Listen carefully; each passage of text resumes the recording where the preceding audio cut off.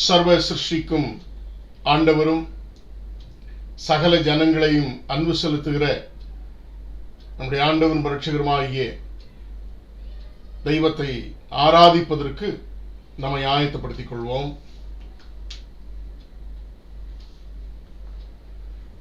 இது கர்த்தர் உண்டு பண்ணின நாள், இதிலே களி கூர்ந்து மகிழ கடவோம். கர்த்தர் நம்மை பிரகாசிப்பிக்கிற தேவனாயிருக்கிறார். ஆகவே பண்டிகை பலியை கொண்டு வந்து பலிபீடத்தின் கொம்புகளில் கயிறுகளால் கட்டுங்கள். நீரன் தேவன், நான் உம்மை துதிப்பேன். நீரன் தேவன், நான் உம்மை உயர்த்துவேன். கர்த்தரை துதியுங்கள், அவர் நல்லவர், அவர் கிருபை என்றும் உள்ளது. கர்த்தரை துதியுங்கள், அவர் நல்லவர், அவர் கிருபை என்றும் உள்ளது. ஜெபம் செய்வோம். எங்களை அதிகமாக நேசிக்கிற நல்ல பிதாவே, நன்றி நிறைந்த இருதயத்தோடு உம்மை துதிக்கவும் ஸ்தோத்திரிக்கிறவும், நீர் தூயாதி தூயவர் என்பதை உணர்ந்து துதிகளின் மத்தியிலே வாசம் பண்ணுகிறவர் என்பதை அறிந்து எங்களை எந்த அளவாய் நேசிக்கிறீர் என்பதையும் உணர்ந்து சுவாமி உம்மை ஆராதிக்க அவரவருடைய இல்லங்களிலே எங்களை குடும்பத்தோடு கூடியிருக்கிறோம் சுவாமி. இந்த ஆராதனை வேளையை கடவுள் ஆசீர்வதித்து தாரும். இந்த ஆராதனையிலே கர்த்தர் மகிமைப்படுவீராக.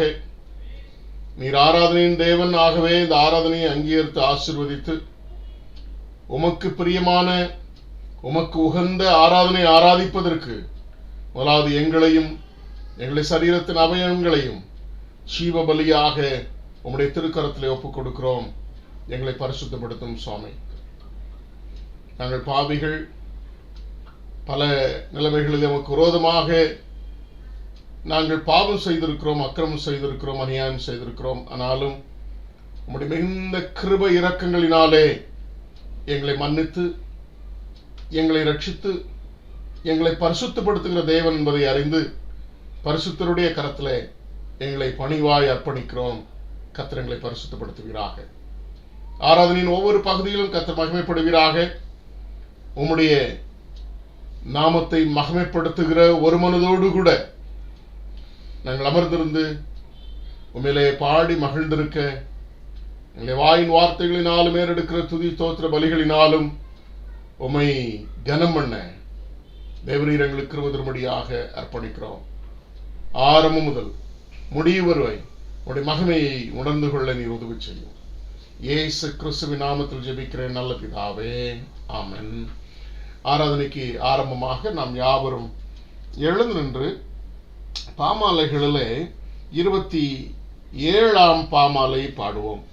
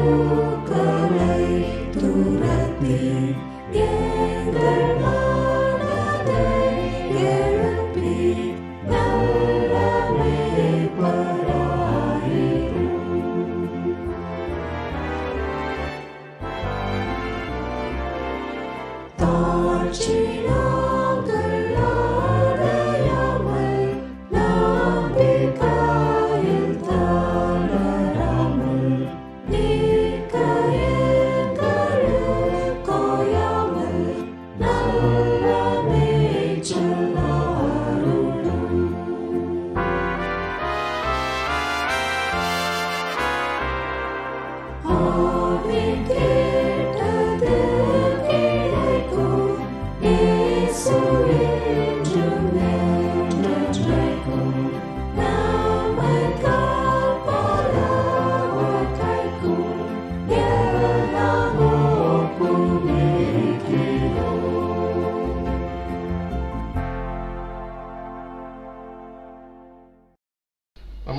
மாறி வாசிக்கும்படியாக தெரிந்து கொண்ட சங்கீதம் 122.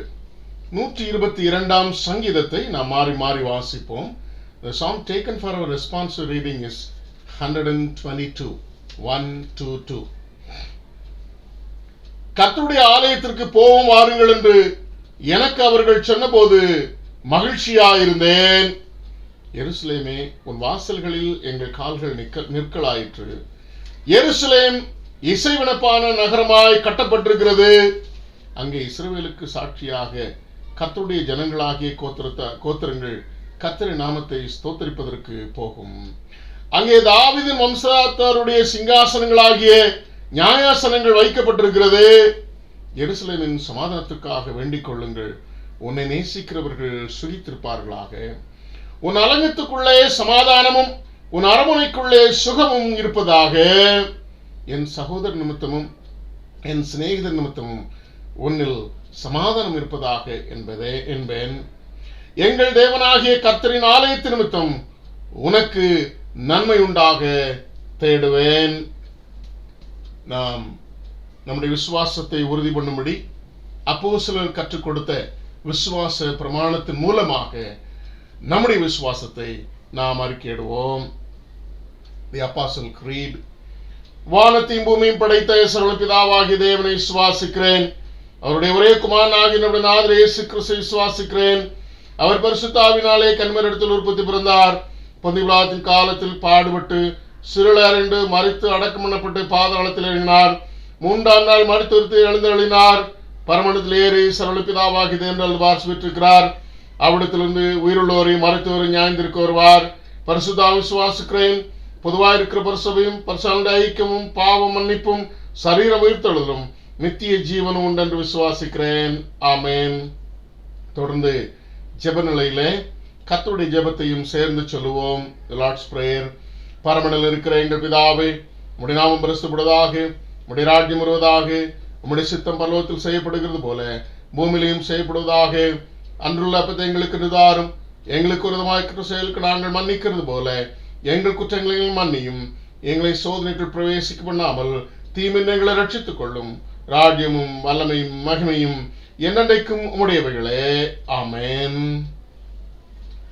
இந்த நாளின் ஆசீர்வாதத்திற்கென்று வாசிக்கும்படியாக நாம் தெரிந்து கொண்ட வேத பாட பகுதி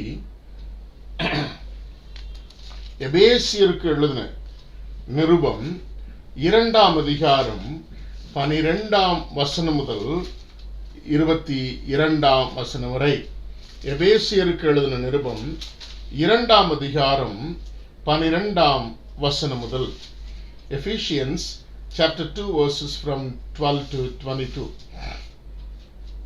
அக்காலத்திலே கிறிஸ்துவை சேராதவர்களும் இஸ்ரவேலுடைய காணியாட்சிக்கு புறம்பானவர்களும் வாக்குத்தத்தத்தின் உடன்படிக்கைகளுக்கு அந்நியரும் நம்பிக்கை இல்லாதவர்களும் இவ்வுலகத்தில் தேவனற்றவர்களுமாயிருந்தீர்கள் என்று நினைத்துக் கொள்ளுங்கள்.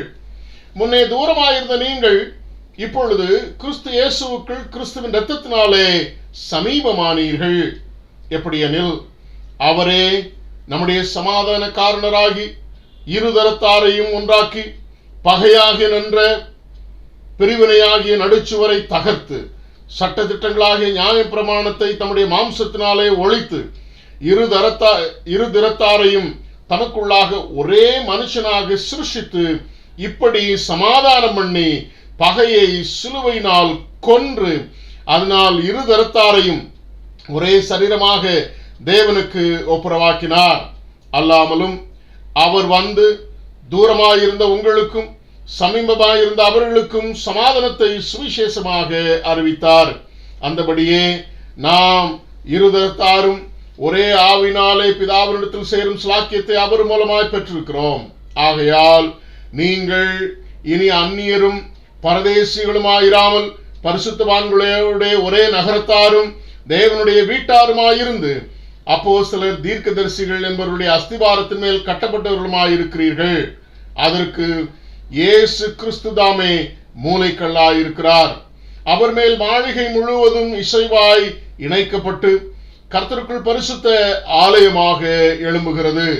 அவர் மேல் நீங்களும் ஆவியினாலே தேவனுடைய வாசஸ்தலமாக கூட்டி கட்டப்பட்டு வருகிறீர்கள் என்பது வாசிக்கும்படியாக தெரிந்து கொள்ளப்பட்ட வேத பகுதி வாசித்தாயிற்று. இதே பகுதியை இப்பொழுது ஆங்கிலத்திலே நாம் வாசிக்க கேட்போம். Today's scripture portion is taken from Ephesians chapter 2 verses 12 to 22. Remember that at that time you were separate from Christ, excluded from citizenship in Israel and foreigners to the covenants of the promise, without hope and without God in the world. But now in Christ Jesus, you who once were far away have been brought near by the blood of Christ. For he himself is our peace, who has made the two groups one and has destroyed the barrier, the dividing wall of hostility, by setting aside in his flesh the law with its commands and regulations. His purpose was to create in himself one new humanity out of the two, thus making peace, and in one body to reconcile both of them to God through the cross, by which he put to death their hostility. He came and preached peace to you who were far away, and peace to those who were near. For through him we both have access to the Father by one Spirit. Consequently, you are no longer foreigners and strangers, but fellow citizens with God's people and also members of his household, built on the foundation of the apostles and prophets, with Christ Jesus himself as the chief cornerstone. In him the whole building is joined together and rises to become a holy temple in the Lord. And in him you too are being built together to become a dwelling in which God lives by his Spirit. May Lord bless these verses. பிறந்தநாள் திருமண நாள் வாழ்த்துக்கள். இந்த வாரத்திலே தங்களுடைய பிறந்த நாட்களை காண்கிறவர்கள், இன்றைக்கு 15ஆம் தேதி மிஸ்ஸஸ் மரிய புஷ்பம் பாக்கியராஜ் அவர்களும், 16ஆம் தேதி மிஸ்ஸஸ் ரோஸ்லின் அற்புத சிங் அவர்களும், 17ஆம் தேதி மிஸ்ஸஸ் ஜென்சி பிரீத்தி கிங்ஸ்லின் அவர்களும், 18ஆம் தேதி மிஸ்டர் ஜே ஸ்டீஃபன் ராஜ் அவர்களும், 19ஆம் தேதி மாஸ்டர் பிளெஸன் கில்பர்ட் ஜான்சன் அவர்களும், 21ஆம் தேதி மிஸ்டர் பாபு அவர்களும் தங்களுடைய பிறந்த நாட்களை காண்கிறார்கள். இந்த வாரத்தில், இன்றைக்கும் இந்த வாரத்திலும் தங்களுடைய பிறந்த நாட்களை காண்கிற அருமையான கர்த்தருடைய பிள்ளைகளை ஆண்டுடைய கரத்தில் ஒப்புக் கொடுத்து உங்களையும் உங்களுடைய பிறந்த நாட்களையும் நான் அன்புடன் வாழ்த்துகிறேன், ஆசீர்வதிக்கிறேன். கர்த்தர் தாமே உங்களோடு கூட இருந்து உங்களுக்கு உதவி செய்து உங்களுக்கு துணை நின்று உலகத்தின் எல்லா கேடுபாடுகளின்று கர்த்தர் உங்களை காத்து உங்களை ஆசீர்வதிக்க அன்புடன் வாழ்த்துகிறேன், ஆசீர்வதிக்கிறேன். அதே போல இந்த வாரத்திலே தங்களுடைய திருமண நாளை காண்கிறவர்கள் 18ஆம் தேதி Mrs and Mr R Charles அவர்கள் தங்களுடைய திருமண நாட்களை காண்கிறார்கள். அருமையான சகோதரியையும் சகோதரனையும் ஆண்டவராய் இயேசு கிறிஸ்துவின் நாமத்தினாலும் திருச்சபையின் சார்பாகவும் அருமையான பிள்ளைகளுடைய திருமண நாளை நான் அன்புடன் வாழ்த்துகிறேன், ஆசீர்வதிக்கிறேன். கர்த்தர் உங்களை ஆசீர்வதிப்பாராக. கடந்த காலங்கள் முழுவதும் கண்ணின் மணியை போல பாதுகாத்து அவருடைய கிருபையை அதிகமாய் உங்கள் மேல் பொழிந்தருளி அவருடைய அன்பை அதிகமாய் உங்கள் மேல் வைத்து அவருடைய ஆதரவை கொடுத்து அவர் உங்களை ஆசீர்வதித்திருக்கிறார். ஆகவே தொடர்ந்து நீங்கள் பிரவேசிக்கிற புதிய திருமண ஆண்டும் கர்த்தரால் விதமாக ஆசீர்வதிக்கப்பட உங்கள் இருவரையும் இயேசுவின் நாமத்தினாலே திருச்சபையின் சார்பாக அன்புடன் வாழ்த்துகிறேன், ஆசீர்வதிக்கிறேன். அவர்களுக்காக நாம் ஜெபம் செய்வோம். எங்களை நேசிக்கிற நல்ல பிதாவே, உம்மை நன்றி நிறைந்த இருதயத்தோடு துதிக்கிறோம், ஸ்தோத்திரிக்கிறோம். சுவாமி, கர்த்தர் நல்லவர், அவர் கிருபை என்றும் உள்ளது. ஆமாண்டவரே, இந்த வேளையிலே இன்றைக்கும் இந்த வாரத்திலும் பிறந்த நாளை காண்கிற அருமையான பிள்ளைகளை நினைவு கூர்ந்து அவர்களுக்காக உமக்கு நன்றி நிறைந்த இருதயத்தோடு துதி ஸ்தோத்திரங்களை ஏறெடுக்கிறோம். சுவாமி, ஆண்டவர் அவர்களுக்கு ஆசீர்வாதமாக கொடுத்திருக்கிற புதிய ஆண்டுக்காக உமக்கு நாங்கள் நன்றி சொல்கிறோம். சுவாமி, இந்த ஆண்டையும் கர்த்தர் ஆசீர்வதித்து சுகபலன் ஜீவன் தந்து கர்த்தர் தம்முடைய பிள்ளைகளுக்கு ஒவ்வொரு நாளும் துணை நிற்கிறதை அவர்கள் அறிந்து இந்த உலகத்தின் தீங்குக்கும் உலகத்தின் தீமைகளுக்கும் உலகத்தில் இருக்கக்கூடிய எல்லா விதமான கேடுபாடுகளுக்கும் பிள்ளைகள் விலைக்கு காக்கப்பட்டு தீர்க்காயுசோடும் சுகபலத்தோடும் வாழ அவர்களையும் அவருடைய பிறந்த நாட்களையும் ஆண்டுடைய கிருபை உள்ள கரத்திலே ஒப்புக் கொடுத்து நாங்கள் ஆசீர்வதிக்கிறோம் சுவாமி. உம்முடைய நாமத்தினாலே அவர்களை வாழ்த்துகிறோம் சுவாமி. அதே போல திருமண நாளை காண்கிற அருமையான சகோதரர் சார்ல்ஸ் அவர்களுக்காக சகோதரிக்காக உம்மை ஸ்தோத்திரிக்கிறோம் சுவாமி. பிள்ளைகளுடைய வாழ்வையும் கர்த்தர் எத்தனையாய் ஆசீர்வதித்திருக்கிறீர். நானும் விட்டாரும் என்றால் கர்த்தரையே சேவிப்போம் என்று சொல்லி கர்த்தருக்குள்ளாக உம்மை தங்களுடைய வாழ்வின் ஒவ்வொரு காலகட்டத்திலும் முதலிடம் கொடுத்து உம்மை நேசித்து உம்மை துதித்து ஸ்தோத்திரித்து உம்மை ஆராதித்து உமக்குள்ளாய் தங்களுடைய வாழ்வை கட்டி எழுப்ப ஆண்ட பலன் தந்திருக்கிறீர். உம்மை ஸ்தோத்திரிக்கிறோம்.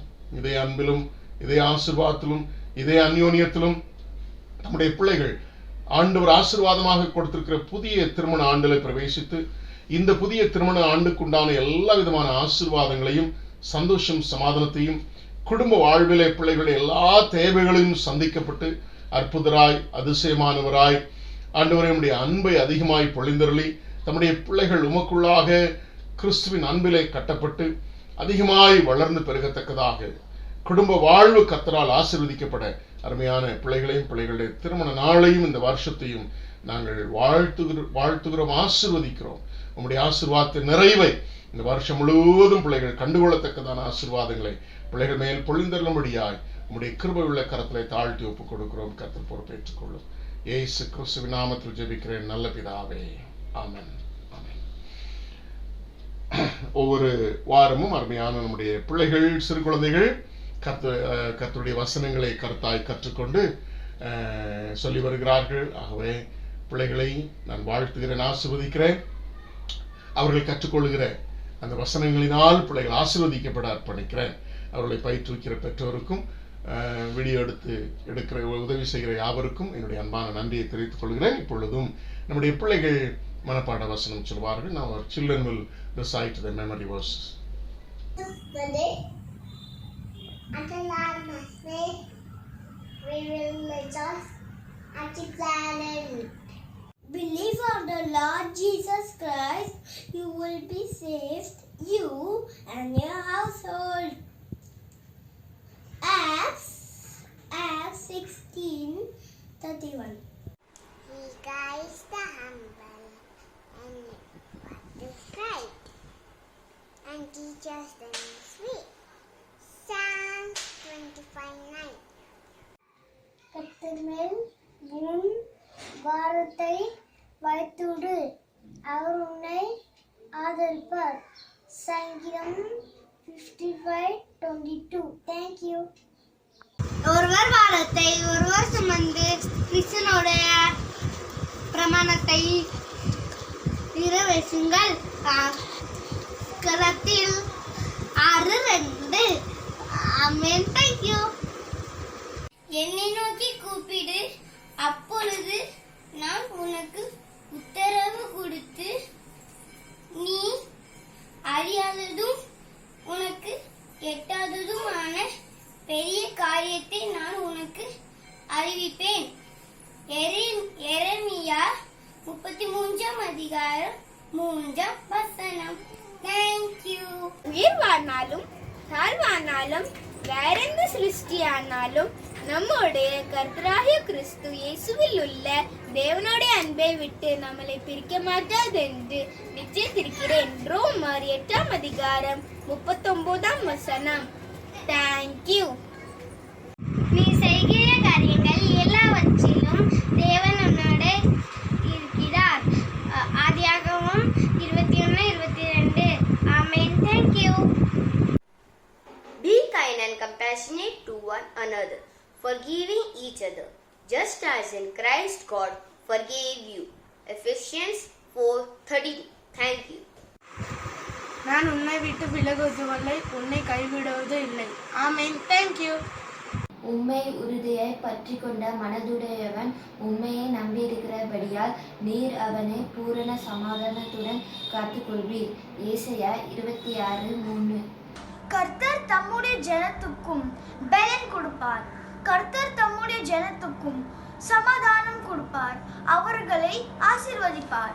Psalms 29 verses 11.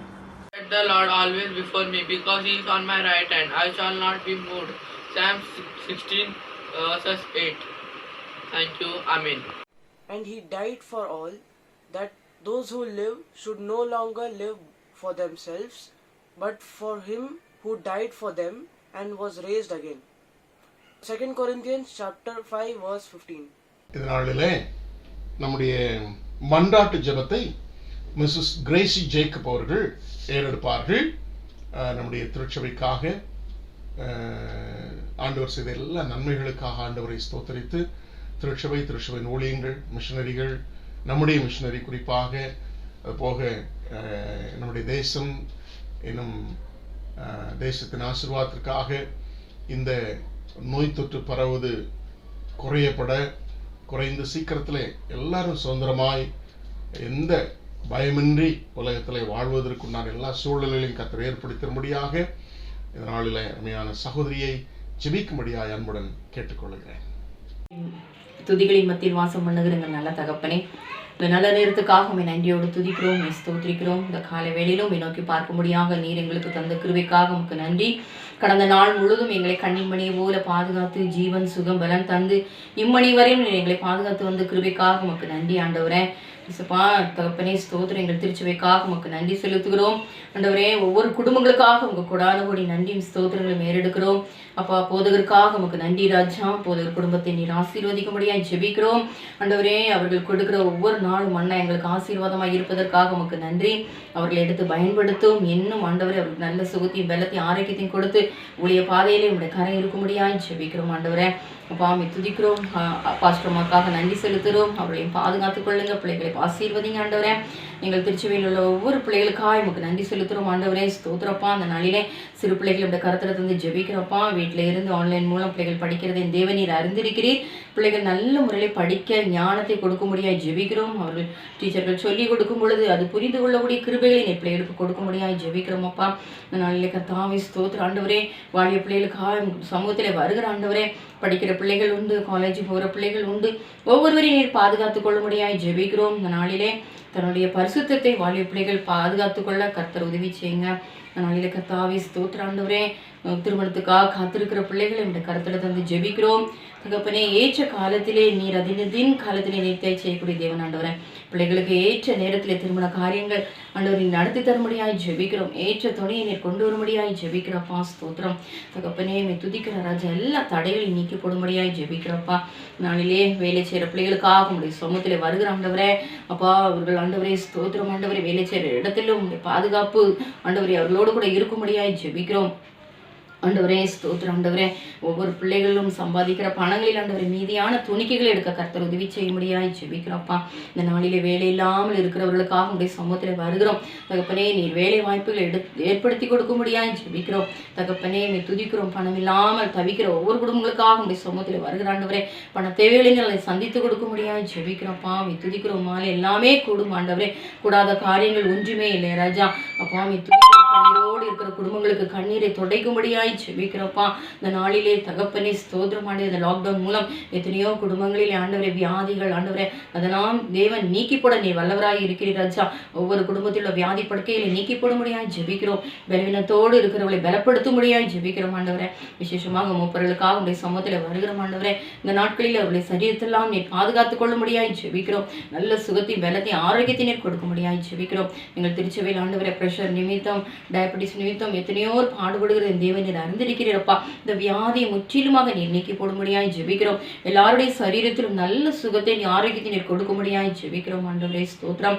எங்கள் திருச்சபை அதிசீக்கிரத்தில் ஆலயம் திறக்கப்பட கர்த்தர் உதவி செய்யுங்க. நாங்கள் நம்முடைய ஆலயத்தில் வந்து நாங்கள் பாடி துதிக்க எங்களுக்கு நீர் கிருபை பாராட்ட முடியாய் ஜெபிக்கிறோம் ஆண்டவரே. இந்த நாளிலே எங்கள் திருச்சபையில் உள்ள ஒவ்வொரு குடும்பங்களையும் நீர் ஆசீர்வதிக்க முடியாது ஜெபிக்கிறோம். எல்லாவற்றிலும் நிறைவான ஆசீர்வாதத்தோடு வாழ்ந்து சுகித்திருக்க கர்த்தர் உதவி செய்ய முடியாய் ஜெபிக்கிறோம் ஆண்டவரே. ஸ்தோத்திரம் ஸ்தோத்திரம். இந்த நாளிலே நாங்கள் தாங்குகிற மிஷினரிக்காக ஜெபிக்கிறோம் ஆண்டவரே. தகப்பனே மகளுக்கு கொடுத்த வாஞ்சிக்காக நன்றி. இப்படி ஊழிய பாதை மட்டுமாய் நீர் நடத்தி கொண்டு வருகிறீரே உமக்கு நன்றி செலுத்துகிறோம். மகனை எடுத்து இன்னும் பயன்படுத்தும் ஆண்டவரே. கடந்த நாட்களிலே 50 பேருக்கு ஆண்டவரே ஞானஸ்நானம் கொடுக்க கர்த்தர் உதவி செய்திருக்கிறீர். அதற்காக உமக்கு நன்றி செலுத்துகிறோம் ஆண்டவரே. இன்னும் ஆண்டவரே அநேக ஆத்துமாக்களை மண்டையில கொண்டு வர மகன் எடுத்து இன்னும் பயன்படுத்தும். அவர்கள் சரீரத்தில் நல்ல சுகத்தையும் பலத்தையும் ஆரோக்கியத்தையும் கொடுங்க ஆண்டவரே. இன்னும் உமக்காக ஆண்டவரை ஓடத்தக்க மகனுடைய கால்களை மான்கள் கால்களை போலாக்கி ஆண்டவரே மகனுக்கு வேண்டிய தேவைகளெல்லாம் நீர் சந்தித்து கொடுக்கும்படியாய் ஜெபிக்கிறோம். தகப்பனே நீ துதிக்கிற ஆண்டவரே. அவருடைய மனைவி பிள்ளைகளை நீர் ஆசீர்வதிக்கும்படியாய் ஜெபிக்கிறோம். அப்பா ஸ்தோத்திரம். எங்கள் இந்திய தேசத்தில் உள்ள ஒவ்வொரு மிஷனரிமார்களுக்காக உடைய சமூகத்திலே வருகிறோம். ஒவ்வொருவரையும் நீர் பாதுகாத்துக் கொள்ளும்படியாய் ஜெபிக்கிற ஆண்டவரே. இந்த நாளிலே ஆண்டவரே மிஷனரிகளுக்கு அநேக தேவைகள் உண்டு ராஜா. அந்த தேவைகள் நாம் சம்பூர்ணமாய் அவர்களுக்கு கிடைக்க கர்த்தர் உதவி செய்யுங்க ஆண்டவரே. கிராமங்களிலும் மலைகளிலும் போய் ஆண்டவரே இந்த பிள்ளைகள் உங்களுடைய சுவிசேஷத்தை அறிவிக்கும் பொழுது ராஜா அந்த பிள்ளைகளுக்கு வேண்டி நீர் பாதுகாப்பை கட்டளிடும்படியாய் ஜெபிக்கிறோம் ஆண்டவரே. ஆண்டவரே மனித தயவுகளை கொடுக்கும்படியாய் ஜெபிக்கிறோம். எல்லா விஷ கிருமிகளுக்கு நீர் விலக்கி காத்துக்கொள்ளும்படியாய் ஜெபிக்கிறோம். அந்தந்த இடங்களிலே நல்ல உணவுகள் அவர்களுக்கு கிடைக்கட்டும், நல்ல தண்ணீர்கள் கிடைக்கட்டும் அப்பா ஆண்டவரே. துதிக்கிறோம். ஒவ்வொரு மிஷனரிகளையும் நீர் பாதுகாத்து ஆசீர்வதிக்கும்படியாய் ஜெபிக்கிறோம். எங்கள் இந்த தேசத்துல இன்னும் அநேக மிஷனரிகள் எழும்ப கர்த்தர் உதவி செய்யுங்க சப்பா. அறியாத ஜனங்கள் மத்தியில் இன்னும் எழும்பி பிரகாசிக்க ஆண்டவரே உடைய சுவிசேஷத்தை அறிவிக்க கர்த்தர் உதவி செய்யும்படியாய் ஜெபிக்கிறோம். இந்த நேரத்தில் எங்கள் தேசத்திற்காக உடைய சமூகத்திலே வருகிறோம் ஆண்டவரே. தகப்பனே இந்த பாழாக்கும் கொள்ளை நோய்க்கு நான் விலக்கி காப்பேன் என்று வாக்கு கொடுத்தவரே இந்த கொரோனா நோய் ஆண்டவரை அகற்றி போடும்படியாய் ஜெபிக்கிறோம். இந்த தொற்று நோய் யாரையும் தொடாதபடி இனி ஆண்டவரை இந்த நோயை நீர் அகற்றி போடும்படியாய் ஜெபிக்கிறோம். நீர் சொல்ல ஆகும் கட்டளை நிற்கும் ராஜா ஆண்டவரே. இந்த நாளிலே கர்த்தாவே நீர் ஒரு வார்த்தை சொல்லி ஆண்டவரே எங்கள் தேசத்தை விட்டு அதை நீர் அகற்றி போடும்படியாய் ஜெபிக்கிறோம். தகப்பனே எங்கள் தேசத்திலே சமாதானத்தை தாரும், சந்தோஷத்தை தாரும் ஆண்டவரே. நன்மையை நாங்கள் கண்டுகொள்ள உதவி செய்யும். நாளிலே கர்த்தாவே ஸ்தோத்திரிக்கிறோம். பிரைம் மினிஸ்டருக்காக பிரசிடென்ட்டுக்காக ஜெபிக்கிறோம். ஒவ்வொரு மந்திரிகளுக்காக உடைய சமூகத்திலே வருகிற ஆண்டவரே. ஒவ்வொருவரும் ஆண்டவரை மக்களுக்கு நன்மை செய்கிற பிள்ளைகளாக அவர்கள் காணப்பட கர்த்தர் உதவி செய்யுங்க ஆண்டவரே. இந்த நாளிலே கர்த்தாவே ஏழை எளிய மக்கள் அவர்களை நினைக்கட்டும் ஆண்டவரே. அவர்களுக்கு செய்ய வேண்டிய உதவிகள் அவர்கள் செய்யட்டும், கரங்கள் நீட்டப்படட்டும் அப்பா. இந்த நாளிலே கர்த்தாவே ஒவ்வொரு மாநிலங்களையும் நீர் ஆசீர்வதிக்கும்படியாய் ஜெபிக்கிறோம் ஆண்டவரே. ஒவ்வொரு மாநில தேவைகளை நீர் சந்திக்கும்படியாய் ஜெபிக்கிறோம்ப்பா. ஸ்தோத்திரம் ஆண்டவரே. ஆண்டவரே இந்த நாட்களிலே ராஜா நீர் அற்புதத்தை செய்யும்படியாய் ஜெபிக்கிறோம். எங்கள் தேசத்தின் நிமித்தம் ஆண்டவரை ஒவ்வொரு மக்களும் ஆண்டவரை சமாதானத்தை கண்டுகொள்ள கர்த்தர் உதவி செய்யும்படியாய் ஜெபிக்கிறோம். ஒவ்வொரு ஆண்டவரை ஸ்தோத்திரம் ஒவ்வொரு மக்களும் ஆண்டவரை அறிந்து கொள்ளட்டும். நீ அறியாத ஜனங்கள் இந்த நாட்டிலே பாவத்திலே மூழ்கி இருக்கிறாங்கப்பா ஆண்டவரை. அவர்களெல்லாம் நீர் விடுதலையாக்கி தரும்படியாய் ஜெபிக்கிறோம் ஆண்டவரே. இந்த நாட்களில் உடைய நாமம் அறியாத மக்கள் மத்தியில் அநேக பிள்ளைகள் சென்று சுவிசேஷத்தை அறிவிக்க கர்த்தர் உதவி செய்யுங்க. நாளைய கர்த்தாவே துதிக்கிறோம், ஸ்தோத்திரம் ஆண்டவரே. எங்களுடைய இந்திய தேசம் உமக்கு சொந்தமாக மாற கர்த்தர் உதவி செய்யும்படியாய் ஜெபிக்கிறோம். அதை சீக்கிரத்தில் ஆண்டவரே நாங்கள் நன்மையை கண்டுகொள்ள நல்ல செய்திகளை கேட்க கர்த்தர் உதவி செய்யும்படியாய் ஜெபிக்கிறோம். இந்த நாளிலே கர்த்தாவே துதிக்கிறோம், ஸ்தோத்திரிக்கிறோம். இந்த நல்ல நேரத்தை நீர் எங்களுக்கு தந்தபடினாலே எனக்கு கொடான கொடி நன்றியும் ஸ்தோத்திரங்களும் எடுக்கிறோம். நீ இயேசு கிறிஸ்து நாமத்திலே ஜெபிக்கிறோம் எங்கள் ஜீவனுள்ள நல்ல தகப்பனே, ஆமென். ஆண்டவராய் இயேசு கிறிஸ்துவின் நாமத்தினாலே மீண்டும் உங்களை இந்த காணொளியின் மூலமாக பார்ப்பதில் மிக்க மகிழ்ச்சி அடைகிறேன். கர்த்தர் உங்களை ஆசீர்வதிப்பாராக.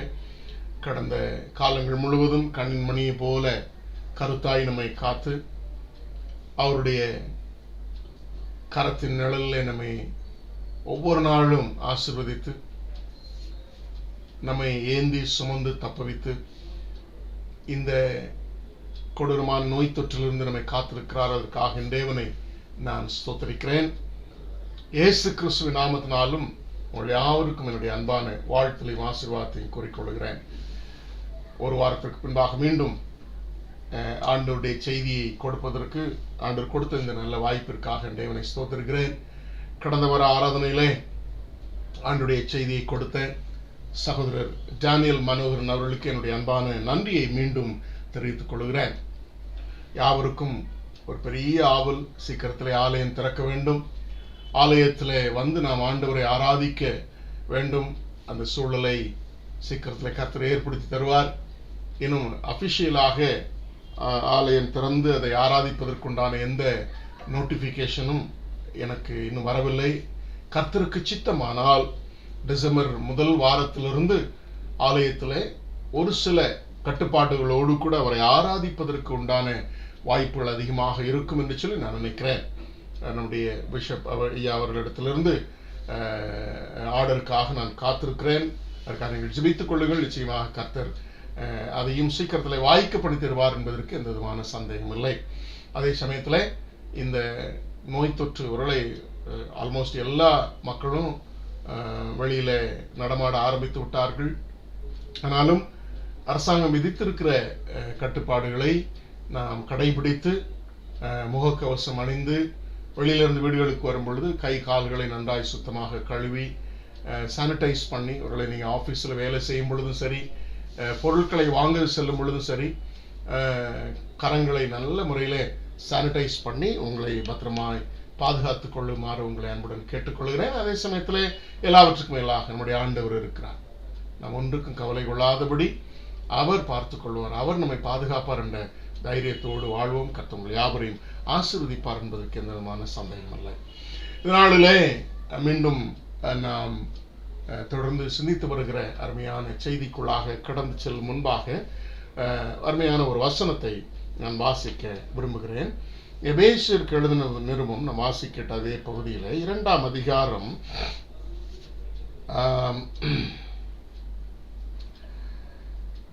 14ஆம் வசனம் முதல் நான் வாசிக்கிறேன். எப்படி எனில், அதுக்கு முந்தைய வசனத்திலிருந்தே வாசிக்கிறேன், கவனிங்கள். முன்னே தூரமாயிருந்த நீங்கள் இப்பொழுது கிறிஸ்து இயேசுவுக்குள் கிறிஸ்துவின் இரத்தத்தினாலே சமீபமானீர்கள்.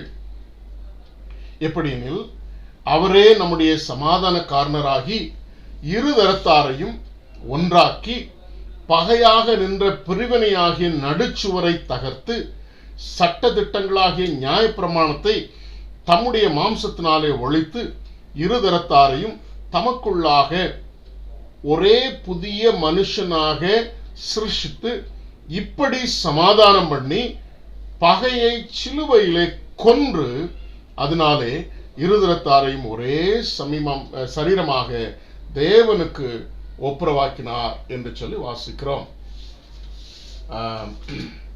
Ephesians chapter 2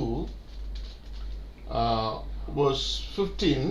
I read verses from 13. I'll read it in English only. Verse 15. By setting aside in his flesh the law with its commands and regulations, his purpose was to create himself. His purpose was to create in himself one new humanity out of the two, thus making peace. இந்த செய்தியை நாம் சுமார் நம்முடைய ஊரடங்கு ஆரம்பித்த நாள் முதல் கொண்டு தொடர்ச்சியாக கேட்டுக்கொண்டிருக்கிறோம்.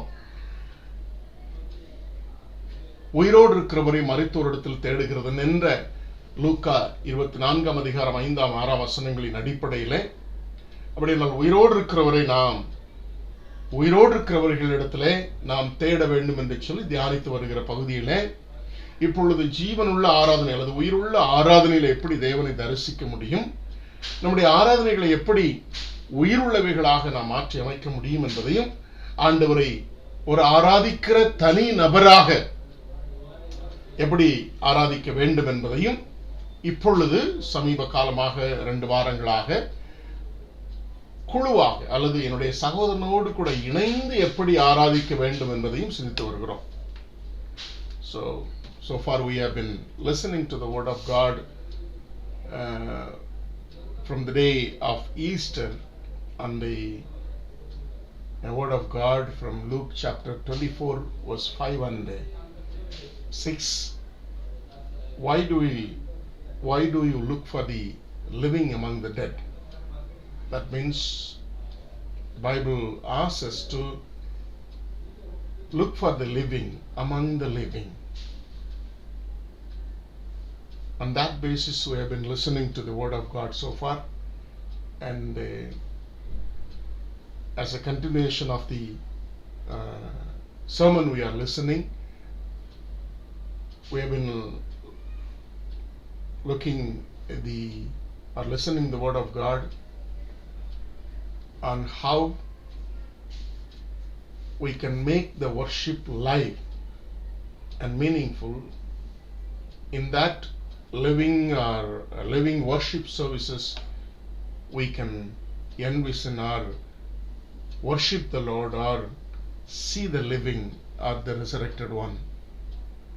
And so far we have seen that how as an individual worshipper we should worship the Lord. And for the last 2 weeks we have seen how can we worship the Lord along with my fellow being to make their worship meaningful and life. In that we are going to see the third message that has come from the Lord. இவ்வளவு நாட்கள் ஆராதனையை குறித்தும் ஆராதிக்கிறவரை குறித்தும் ஆராதிக்கிற தனிநபர் எப்படி இருக்க வேண்டும் என்பதை குறித்தும் நாம் சிந்தித்தோம். இப்பொழுது என்னுடைய சகோதரனோடு கூட இணைந்து எப்படி ஆராதிக்க வேண்டும் என்பதை குறித்து ஆண்டவர் ஏற்கனவே 2 செய்திகளை நம்மோடு கூட பகிர்ந்தளித்திருக்கிறார். அதிலே ஒன்று நம்முடைய உறவிலே சகோதரத்துவம் வேண்டும் என்று சொல்லி. அப்போ என் வலது இடது பக்கத்தில் இருக்கக்கூடிய அனைவரும் சகோதர பாசத்தோடு கூட அந்த உறவை பாதுகாத்து அந்த சகோதரரோடு கூட இணைந்து அவரை ஆராதிக்க நம்மை ஒப்புக் கொடுக்கும் பொழுது அந்த சகோதர உறவில் ஏற்படுகிற அந்த ஆராதனை நிச்சயமாக உயிருள்ள ஆராதனையாக இருக்கும். அதை ஒரு வாரத்தில் சிந்தித்தோம். 2வது வாரத்தில் நாம் என்ன செய்தோம்? நம்முடைய உணர்விலே சந்தோஷம் இருக்க வேண்டும் என்று சொல்லி. உணர்விலே என்னது? சந்தோஷம். உறவிலே சகோதரத்துவமும் உணர்விலே சந்தோஷமும் இருக்க வேண்டும் என்று சொல்லி. உலகம் தரக்கூடாத சந்தோஷத்தை ஆண்டவர் நமக்கு தந்திருக்கிறார். அவருடைய ஆராதனைக்கு வரும் பொழுதெல்லாம் சந்தோஷமா இருக்கணும். பிலிப்பியர் 4:4 உங்கள் எல்லாருக்கும் தெரியும். சந்தோஷமாயிருங்கள் என்று உங்களுக்கு எப்பொழுதும் சந்தோஷமாயிருங்கள் சந்தோஷமாயிருங்கள். அப்போ நம்மை ஆண்டவர் சந்தோஷமா இருக்கும்படியாக அழைக்கிறார். அப்ப அந்த சந்தோஷத்தை நிறைவோடு கூட அவரை ஆராதிக்கலாம். உணர்விலே ஒரு சந்தோஷம் இருக்கணும். ஒருவேளை கவலைகள் இருக்கும், உலக கவலைகள் இருக்கும், உலக பிரச்சனைகள் இருக்கும், உலக பாடுகள் இருக்கும், எல்லாமே இருக்கும். அதுக்காக கவலை இல்லாத மனுஷன் ஒருத்தரும் இல்லை. எல்லாருக்கும் பலதரப்பட்ட ஒவ்வொருத்தருக்கும் வித்தியாசமான கவலைகள் இருக்கிறது. ஆனா கவலைகளை உணர்ந்தாதான் அதிலிருந்து சந்தோஷம் என்ன என்பது நீங்களும் நானும் புரிந்து கொள்ள முடியும். கவலையே இல்லைன்னா என்ன சந்தோஷம் இருக்கும் இல்லையா? வலி இருந்தா தான் அதில் இருக்கக்கூடிய சுகம் தெரியும். அதே போலதான் கவலைகள் என்று சொல்லி உலகத்தில் இருக்கிறது. ஆனாலும் இந்த கவலைகளின் மத்தியில தேவன் கொடுக்கக்கூடிய சந்தோஷம் நமக்கு வந்திருக்கிறது. அந்த சந்தோஷத்தோடு கூட அவரை ஆராதிக்கணும். சந்தோஷம் இல்லைன்னா we should feel the joy and happiness in our heart. அந்த நமக்குள்ள ஒரு உணரணும். ஆண்டவர் கொடுத்திருக்கிற அந்த சந்தோஷத்தை என்ன செய்யணும்? உணரணும். உணர்ந்து அந்த சந்தோஷத்தோடு கூட ஆராதிக்கிறது நமக்கு போர் அடிக்க கூடாது. அவரை ஆராதிக்கிறது நமக்கு ஒரு ஏதோ ஒரு வேலை பழுவா என்ன செய்யக்கூடாது, நமக்கு தெரியணும். ஆகவே அவரை ஆராதிக்க என்ன செய்யணும்? நம்மை சந்தோஷத்தோடு ஒப்பு கொடுக்கணும். அப்ப அந்த சந்தோஷம் அவர் தந்த சந்தோஷம், உலகம் தந்த சந்தோஷம் இல்லை. அவர் தந்த உலகம் பணத்தினாலதான் சந்தோஷம் தரும் இல்லையா?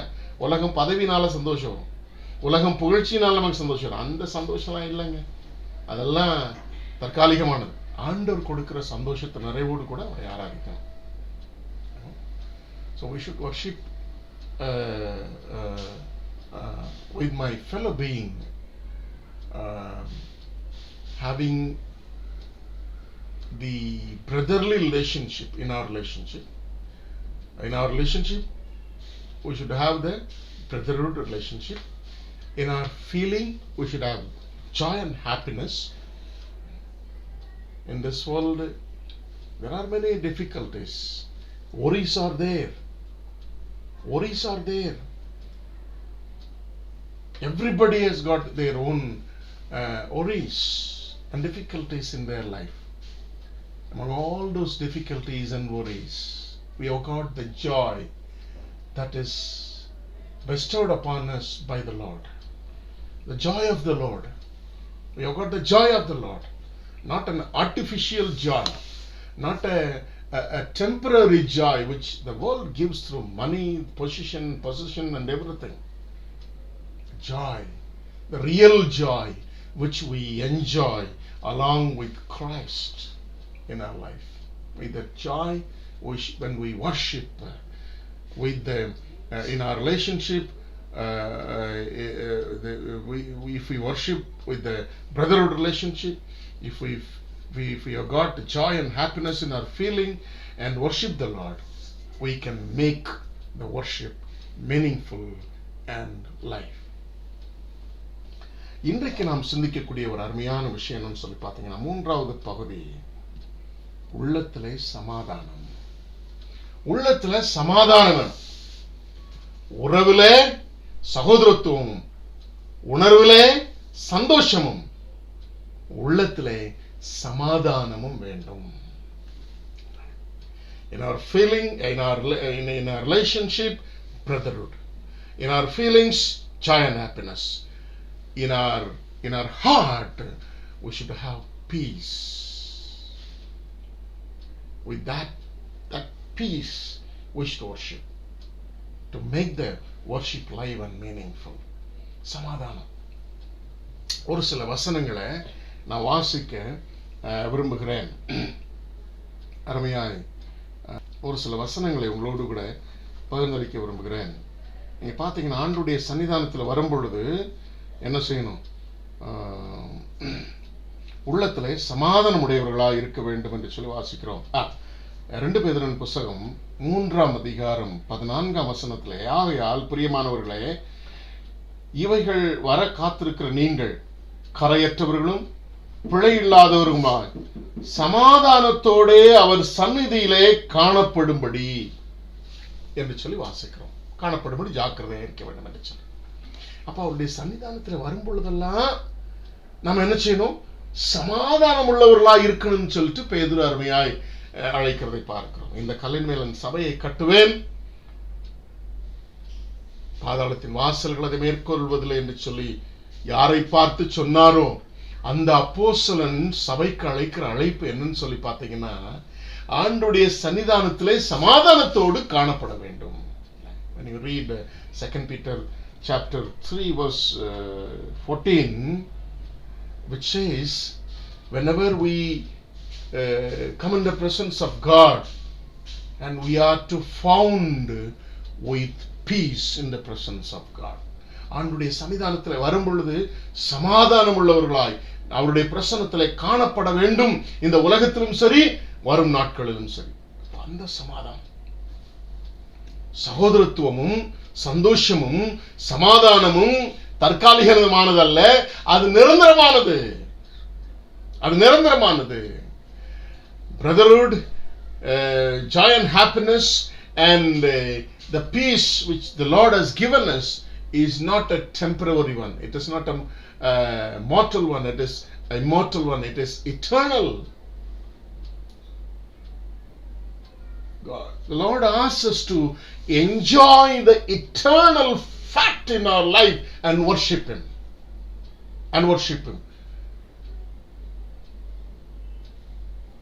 நித்தியமா இருக்கக்கூடிய இந்த சகோதர உறவு, நித்தியமா இருக்கக்கூடிய இந்த சந்தோஷம், நித்தியமா இருக்கக்கூடிய இந்த சமாதானம் என்ன செய்யணுமா? இந்த இவைகளோடு கூட அவரை ஆராதிக்கும் பொழுது மாத்திரம்தான் ஆண்டவரை என்ன செய்ய முடியும்?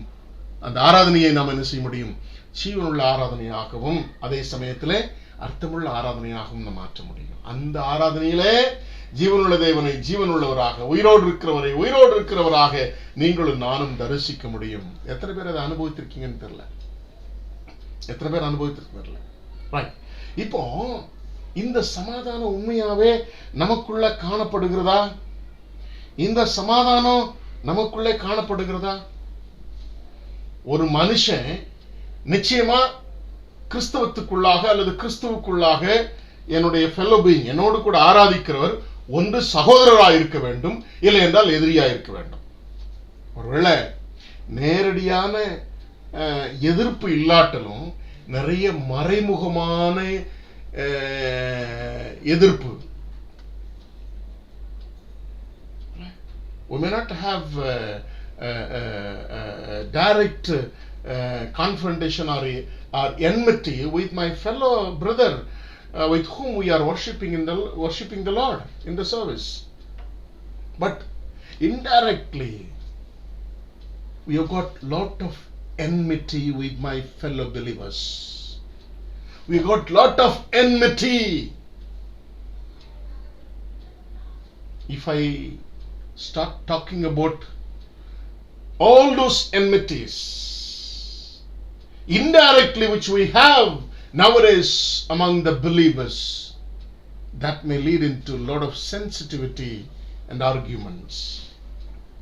நினைக்கக்கூடிய மறைமுகமான பகையை இன்றைக்கு நான் சொல்ல முற்பட்டால் அது ஒரு விதமான டிஸ்கஷனுக்குள்ளாக போய்விடும். அதற்குள்ளாக நான் செல்ல விரும்பவில்லை. ஆனால் இந்த செய்தியை கேட்டுக்கொண்டிருக்கிற ஒவ்வொருவரும் இதை உணர்ந்து கொள்ள வேண்டும். உங்களை திருச்சபையில் மனசுல நினைச்சுக்காங்க. திருச்சபையில் இருக்கக்கூடிய எல்லா அங்கத்தினர்களையும் மனசுல கொண்டு வாங்க. கொண்டு வந்துட்டு என்னோடு கூட இப்போ கண்டுபிடிங்க. என் பக்கத்துல உட்கார்ந்து இருக்கிற என்னோடு கூட ஆராதிக்கிறேன் என்னுடைய ஆலயத்துக்கு வருகிற என்னுடைய அங்கத்தினராகிய யாராவதோடு கூட அவர்களை நேரடியா சண்டை சச்சரவுகள் இல்லாம இருக்கு. நேரடியா சண்டை சச்சரவுகள் நிறைய திருச்சபைகள் நடக்குது. சண்டை சச்சரவுகள் வருகிறது, நடந்து முடிஞ்சிருக்கிறது, நடந்திருக்கிறது இல்ல. இந்த pass lot of fight and quarrels had happened in the church, in many of the churches. Let it be. I am not talking about all those things. Wherever sometime we, as with all our weaknesses and shortcomings, wherever one or two people gather, there is always quarrels and problems. எங்கெல்லாம் ரெண்டு பேருக்கு மேல ஜனங்கள் கூடிட்டாங்களோ அங்க எப்படியாவது பிரச்சனைகள் வந்துருக்கு. அது ஆலயம் மட்டும் ஒரு ஆலயம் மட்டும் ஒரு பெரிய அவர்கள் அங்க ஆலயத்தில் பிரச்சனையே வராது அப்படி என்பதாக அல்ல. ஆஃப்டர் ஆல் நம்ம எல்லாரும் மனிதர்கள். ஆஃப்டர் ஆல் எல்லாரும் மனிதர்கள். பாவத்தினுடைய அந்த வடுவோடு கூட, பாவத்தினுடைய கரையோடு கூட ஒருவேளை பாவ மன்னிப்பாகி ரட்சிப்பை பெற்றிருந்தாலும் கூட அதனுடைய வடு என்று சொல்வார்கள், அதனுடைய தழும்பு என்று சொல்வார்கள். அந்த சுபாவம் இருக்கிறது.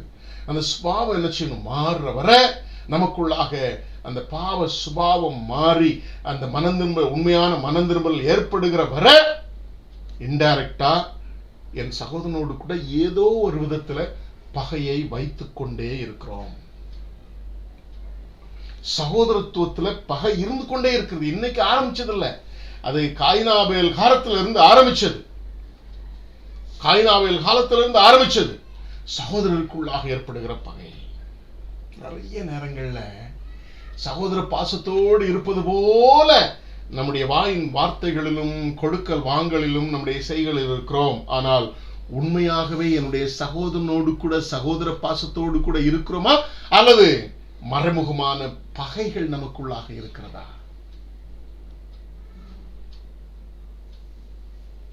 You have got past histories. All of us have got a past history. எல்லாருக்கும் பழைய வரலாறு இருக்கிறது. யாரோ ஒருத்தரோடு கூட ஏற்பட்டிருக்கிற மன வருத்தம், யாரோ ஒருத்தரோடு கூட இருக்கக்கூடிய சண்டை சச்சரவுகள், யாரோ ஒருத்தரோடு கூட இருக்கக்கூடிய பிரச்சனைகளும் போராட்டங்களும், அதனால ஏற்படக்கூடிய மனக்கசப்புகளும் பகையும் மன்னிக்கப்படாமல் அப்படியே நமக்குள்ளாக இருந்து கொண்டிருந்தால் உண்மையான சமாதானம் எனக்குள்ள இல்லைன்னு அர்த்தம். நான் எப்படி இந்த உண்மையான சமாதானத்தை எனக்குள்ளாக கொண்டு வரலாம்? உண்மையான சமாதானத்தை நான் எப்படி கொண்டு வரலாம்? நல்லா கவனிங்க. நம்முடைய தேவன் மாத்திரம்தான் சமாதானக்கார். Only God can help us to bring the peace which belongs to the Lord, which is of the Lord. ஆண்டவர் சொல்கிறார், என்னுடைய சமாதானத்தை நான் உங்களுக்கு வைத்து போகிறேன். அருமையாக நீங்கள் வாசித்து பார்ப்பீர்கள் என்றால் யோவானுக்கு எழுதின யோவான் சுவிசேஷம் 14ஆம் அதிகாரம் 27ஆம் வசனத்தை நான் வாசிக்கிறேன். John chapter 14 verse 27. I'll read it for you. யோவான் 14ஆம் அதிகாரம் 27ஆம் வசனத்தில் விதமா, சமாதானத்தை உங்களுக்கு வைத்து போகிறேன், என்னுடைய சமாதானத்தையே உங்களுக்கு கொடுக்கிறேன். உலகம் கொடுக்கிற பிரகாரமாக நான் உங்களுக்கு கொடுக்கிறதில்லை. உங்கள் இருதயம் கலங்காமலும் பயப்படாமலும் இருப்பதாக. I'll read it for you in English.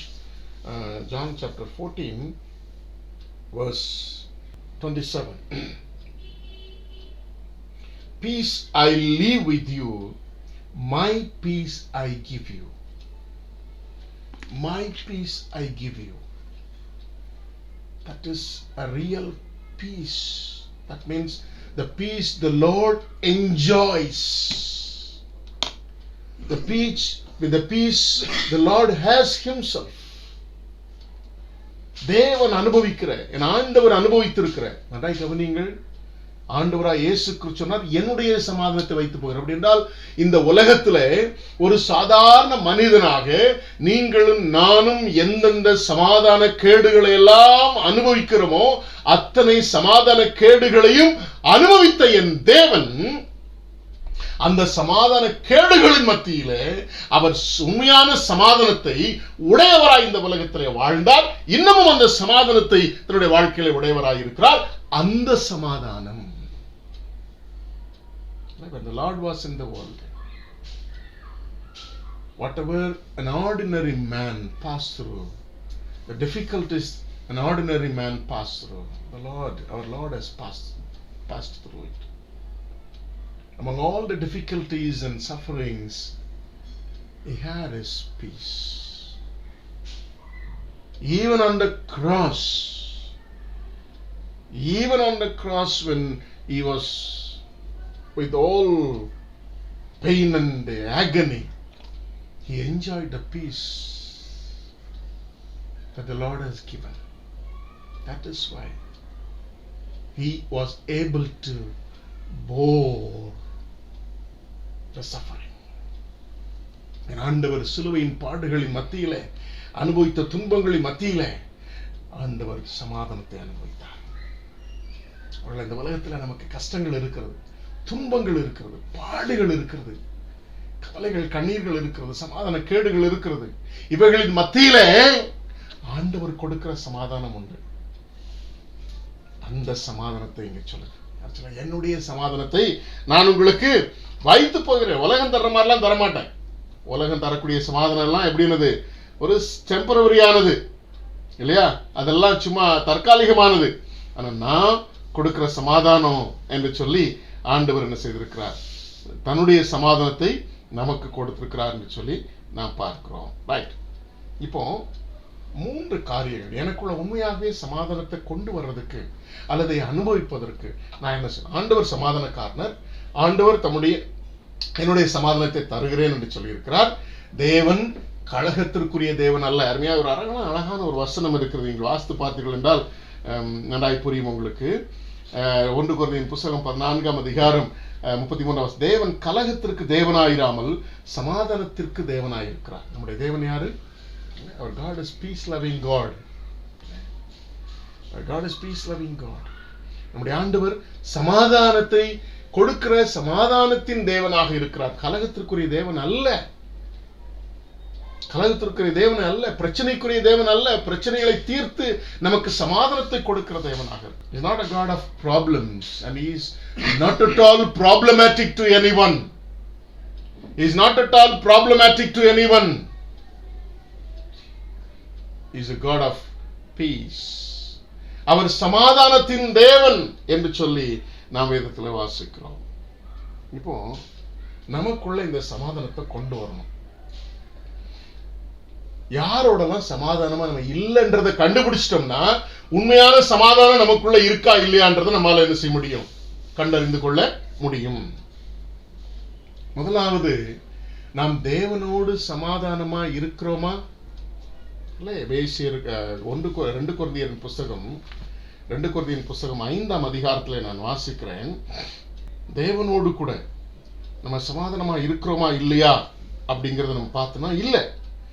ஆனபடினால் தேவனானவர் எங்களை கொண்டு புத்தி சொல்லுகிறது போல நாங்களும் கிறிஸ்துவுக்காக ஸ்தானாதிபதிகளாயிருந்து தேவனோட ஒப்புரவாகுங்கள் என்று கிறிஸ்துவ நிமித்தம் உங்களை வேண்டிக் கொள்கிறேன். Me and my God. Am I peace with God? நான் ஆண்டவரோடு கூட சமாதானம் உள்ளவனாக இருக்கிறேனா? Me and my God. ஆண்டவருக்கு நமக்கும் பகை இருக்குதாங்க. ஆண்டவர் நம்மை பகைக்கிறது இல்லை ஒரு நாளும். ஆனா நாம பகையை உண்டாக்கி வச்சிருக்கிறோம். ஒரு நாள் ஆண்டவர் யாரையும் பகைக்கிற தேவன் அல்ல. ஒரு நாள் அவர் பகைக்க போறதில்லை. God is not going to have enmity with anyone in this world. He loves us so much. He loves us so much. He loved us when we were sinners. நாம் பாவிகளாய் இருக்கையில் நமக்கு என்ன செய்திருக்க, நம்ம மேல் அன்பு கூர்ந்திருக்கிறார். அதான் வசனம். அவருக்கு துரோகம் பண்ணினவர்களாக இருக்கும் பொழுது ஆண்டவர் நம்ம மேல் அன்பு வைத்திருக்கிறார். அவருக்கு விரோதமாக கலங்க பண்ணின பொழுது என்ன செய்திருக்கிறார், அவர் நம்ம மேல் அன்பு வைத்தவராக இருக்கிறார். அப்போ நாம தான் என்ன செய்யறோம், பகையை ஆண்டவரோடு கூட வளர்த்துக்கிறோம். இவன் இயேசுவை ஏற்றுக்கொண்டதுக்கு அப்புறம் கூட நிறைய நேரங்கள்ல நாம் என்ன செய்யறோம், பகையை உண்டாக்கி கொள்ளுகிறோம். We make enmity with God.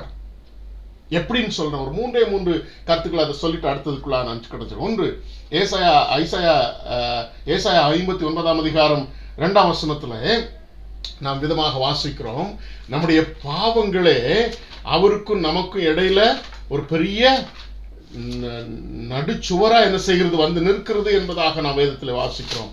ஏசாயா 59 அதிகாரம் 2ஆம் வசனம் இல்ல, உங்கள் அக்கிரமங்களே உங்களுக்கும் உங்கள் தேவனுக்கும் நடுவாக பிரிவினையை உண்டாக்குகிறது, உங்கள் பாவங்களே அவர் உங்களுக்கு செவி கொடாதபடிக்கு அவருடைய முகத்தை உங்களுக்கு மறைக்கிறது. Sin we commit brings a rift between God and me.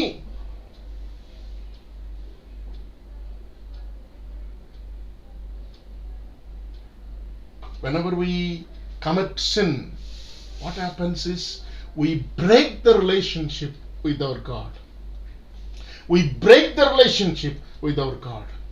நாம் பாவம் செய்யும் பொழுதெல்லாம் ஆண்டவரோடு கூட இருக்கக்கூடிய உறவை நாமே முறித்துக் கொள்ளுகிறோம். அதான் உண்மை. அதைத்தான் இந்த வசனம் சொல்லுகிறது. நம்முடைய பாவங்கள் தான் நமக்கு அவருக்கு என்ன செய்கிறது, பிரிவினையை உண்டாக்குகிறது, பகையை உண்டாக்குகிறது. பிரிவினைனாலே பகையினால உண்டாகிறதானே. ஆண்டவர் சொல்ற கற்பனைகள் பிடிக்கல எனக்கு, அவருக்கு விரோதமாக போறேன்னா என்ன அர்த்தம், there is enmity. When we don't want to obey the commandments of the Lord, that means we have got enmity against him. That is why we don't listen to his words. When there is enmity found in it, when there is enmity, there is no peace in our heart. There is no peace between me and my God. எனக்கு ஆண்டவருக்கு எந்த விதமான சமாதானமும் இல்லை. ஒரு சமாதான கேடு இருக்கிறது, ஒரு சமாதான கேடு இருக்கிறது. அதுக்கு காரணம் என்னது, நம்முடைய பாவம் என்று சொல்லி நாம் பார்க்கிறோம். அடுத்ததாக யாக்கோபு 4ஆம் அதிகாரம் 4ஆம் வசனத்தை நான் வாசிக்கிறேன். James chapter 4 verse 4. அதுல நீங்கள் பார்க்கிறோம் என்னதான், உலக சிநேகம் இதை வாசிக்கிறோம். பாதியிலிருந்து வாசி. ஆகையால் உலகத்திற்கு சிநேகிதனாய் இருக்க விரும்புகிறவன் தேவனுக்கு பகையனாய் இருக்கிறான். One who loves the world is an enemy of God. He wants to be an enemy with God. கடவுளோடு கூட அவன் என்ன செய்யறானா, பகையை உண்டாக்கி அவருக்கு பகைஞனாய் இருக்க விரும்புகிறானா. யாரு? உலகத்தையும் உலக பாவங்களையும் நேசிக்கிறவன். ஆண்டவரை நேசிக்காதபடி, ஆண்டவருக்கு அடுத்தவைகளை நேசிக்காதபடி உலகத்தை நேசிக்கிறவன் தேவனை பகைக்கிறான் என்று சொல்ல வேதம் சொல்லுகிறது. அவன் பகையை கொண்டு வருது யாரு? பகை இருக்கிற இடத்துல சமாதானம் ஒரு நாளும் இருக்காது. தேவனோடு கூட நம்ம சமாதானமா இல்லைன்னு சொல்லி அர்த்தம். 3வது யாக்கோபு 4ஆம் அதிகாரம் 6ஆம் வசனத்துல அதே யாக்கோபு அகைன் ஜேம்ஸ் சாப்டர் 4 verse 6. அவர் அதிகமான கிருபை அளிக்கிறார், ஆதலால் தேவன் பெருமை உள்ளவர்களுக்கு எதிர்த்து நிற்கிறார், தாழ்மை உள்ளவர்களுக்கோ கிருபை அளிக்கிறார். பெருமை என்கிறதான விஷயம். When pride comes, God is against us. God is against us. Out of enmity only we take pride against God. So we are bringing the enmity with God through sin, through love of the world, and through bringing pride in our life. நம்முடைய வாழ்க்கையில பாவம் செய்கிறதுனாலே அவரை பகைக்கிறோம்.